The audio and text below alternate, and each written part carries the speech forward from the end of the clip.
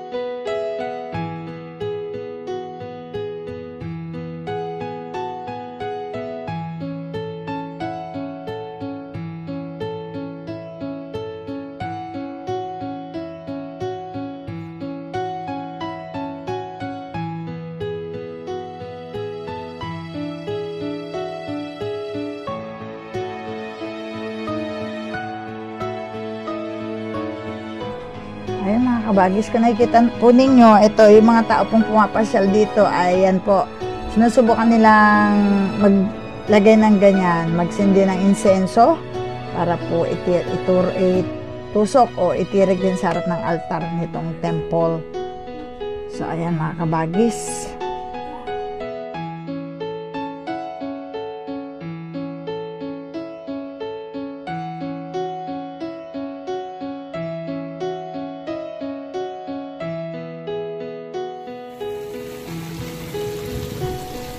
So yan guys, napakaganda po rito sa temple, ay sa Machu Temple, napakaluwag at ang gaganda ng mga tanawin dito guys. At bukod doon, feeling ko nasa Korea ako, kasi mahilig po ako manood ng mga Korean movies. So yung mga history ng mga Korean, mga empress, mga emperador, ayan.